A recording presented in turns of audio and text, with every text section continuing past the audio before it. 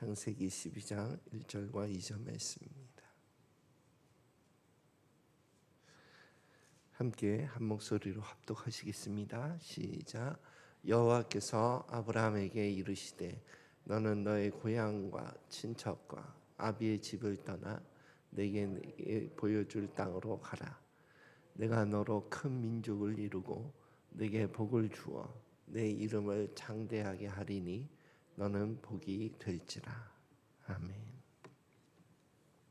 오늘은 부름받은 삶의 모델 아브라함이라는 제목으로 함께 말씀을 나누고자 합니다. 이 창세기 12장은 그 창세기 1장부터 11장까지가 인류 일반 역사의 축약을 해놓은 원역사의 기록이라고 하면, 창세기 12장은 이제 구속의 역사, 아브라함으로부터 시작되는 구속의 역사가 시작되는 그런 전환점이 되는 그러한 장이에요. 그래서 그 구속의 시작 가운데에 하나님께서 이제 나를 믿는 모델 민족을 내가 만들어야겠다. 하나님 나라를 이제 내가 만들어야겠다 하는 계획이 실행되는 그런 시점이라고 볼 수 있고, 그 하나님의 나라는 혈통이 아닌 믿음으로 이루어지는 그러한 나라다 하는 것을 창세기 족장 시대의 역사를 통해서 살펴볼 수가 있습니다. 그런데 그 부름을 받은 그 첫 번째 인물이 아브라함인데, 아브라함의 인생의 여정 가운데 여러 사건이 있지만 제가 오늘 이렇게 선택한 주요한 사건은 오늘 본문에서 읽은 첫 번째 아브라함을 부르신 그 사건과, 그리고 믿음의 어떤 연단의 과정이라고 여겨질 수 있는 아내를 여동생으로 속이고 또 믿음으로 끝까지 가지 못하고 자기의 방법을 선택한 이스마엘의 출생, 그리고 믿음의 성숙한 모습을 보여주는 모리아산의 순종, 이렇게 사건을 나누어서 함께 말씀을 살펴보겠습니다. 먼저 첫 번째 부르심은 하나님께서 어떤 우리의 삶도 마찬가지고 믿음의 삶으로 부르실 때는 말씀으로 다가오신다는 거예요. 그 수없이 들었던 그 말씀이 나를 그냥 통과해 갈 때 가기도 하지만 어떤 말씀, 특별히 우리를 구원하시는 예수 그리스도의 구속의 은혜, 대속의 은혜, 이런 것들이 말씀으로 내 삶에 다가온다는 거예요. 그래서 우리의 삶이 방향이 바뀌었다 하는 것은 말씀에 내 행함이 반응이 있었다 하는 그 시점이, 나는 아브라함의 부름의 시점과 우리의 믿음의 삶의 시점과 참 유사하다고 생각합니다. 그래서 내가 믿는다, 하나님을 믿는다, 혹은 예수님 믿는다 했을 때에는 반드시 행함이라고 하는 열매가 보이더라 하는 거예요. 아브라함이 마치 내가 지시할 땅으로 가라 했을 때 움직여서 간 것처럼, 나의 삶 가운데 이제 예수님을 믿고 살아라 했을 때에 그 내 삶의 방향은 사실은 편안한 삶, 불안하지 않은 삶, 그것이 내 삶의 방향이었거든요. 그런데 그 안정된 삶에서 하나님을 부르시는, 나를 믿고 살아라 하는 쪽으로 부르신 것 같아요. 돌이켜 보니 그때에 내가 알겠습니다 하고 반응을 해서, 그 다음에 내 삶의 방향이 안정되고 편안한 삶이 아니라 주님을 따르는 삶으로 바뀌었어요. 그것이 부름의 시작점이었다 하는 거예요. 그래서 어떤 결과가 나왔냐 하면, 하나님과 막연했던 관계였는데 그전에는, 그런데 그 부름의 시점부터 하나님과 구체적인 관계로 들어갔다는 거예요. 그게 아브라함의 첫 번째 부르심이고, 그리고 우리의 신앙의 삶의 첫 번째 부르심의 시점이 되는 것 같습니다. 그리고 두 번째는 이제 믿음의 연단의 과정 가운데 들어간 것인데, 그것을 저는 이제 아내를 여동생으로 속인 것. 이것은 아브라함의 삶 가운데 똑같은 사건이 두 번 나와요. 그러니까 그 당시에는 이제 뭐 족장 시대에는 힘이 강한 자가 그 부족을 쳐서 그리고 모든 것을 다 탈취하는 시대잖아요. 그러니까 자기의 안위를 위해서 많이 사용했던 방법이라고 저는 여겨져요. 아내가 아름다우면 특히 다른 족장이 그 아름다운 여인을 탐할 테니까. 그래서 여동생으로 하는 그러한 편법이라든지, 또 이스마엘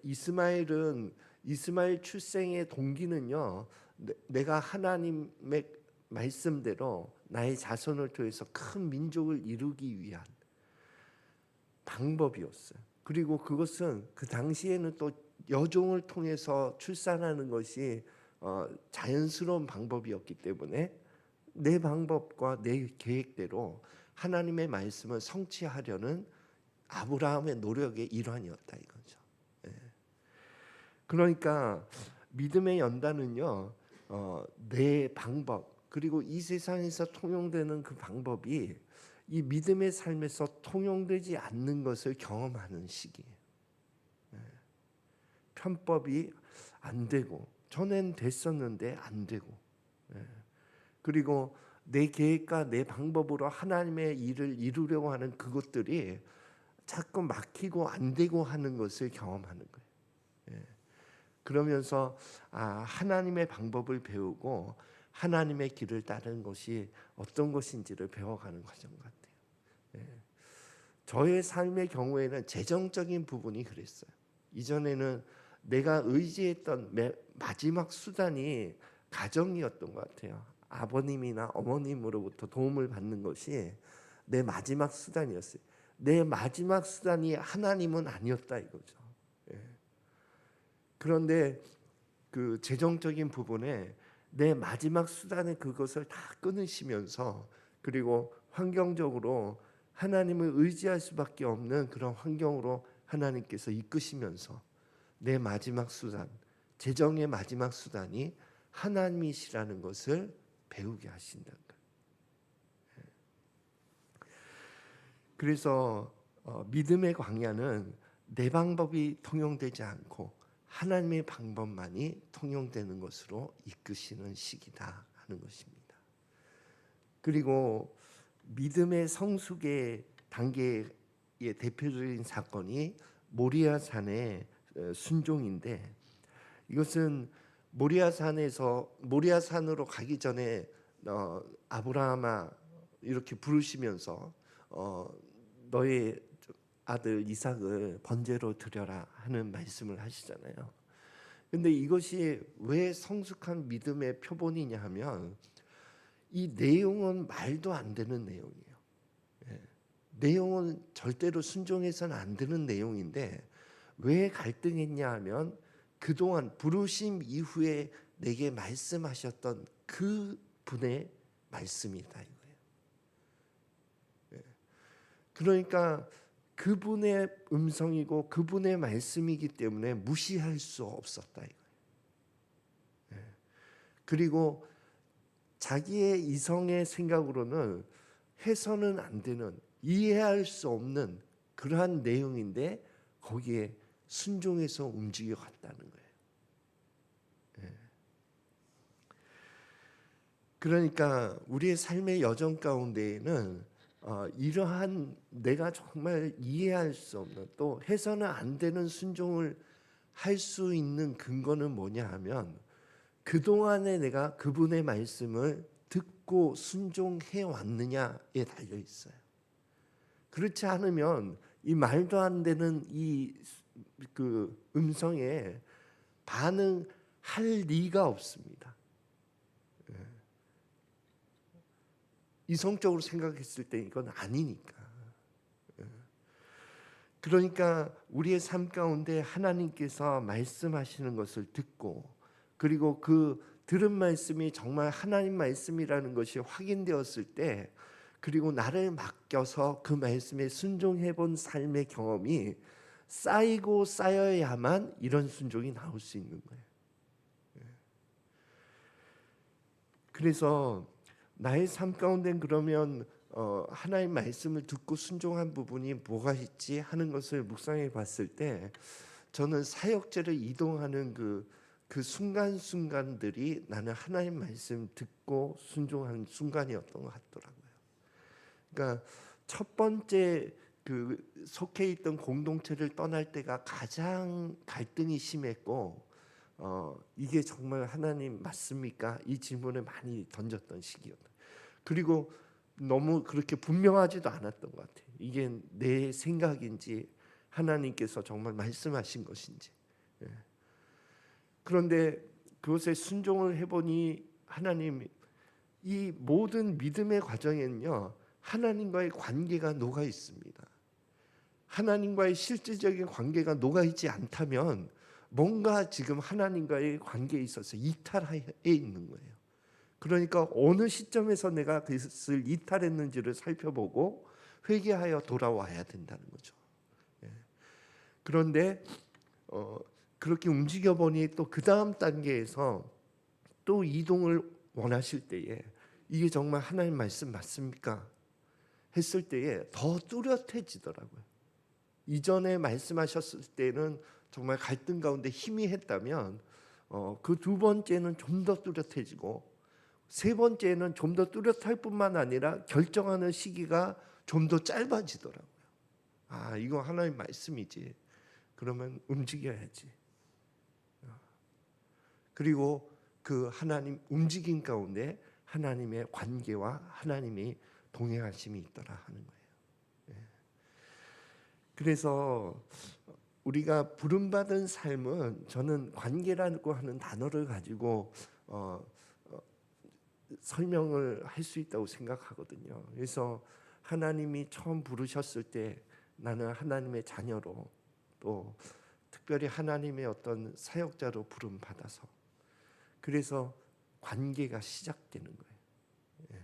그리고 성화라고 하는 것은 그 관계의 시작점서부터 시작된 그 하나님과의 관계가 점점 더 뚜렷해지고 성숙해지는 과정이 성화라고 생각이 듭니다.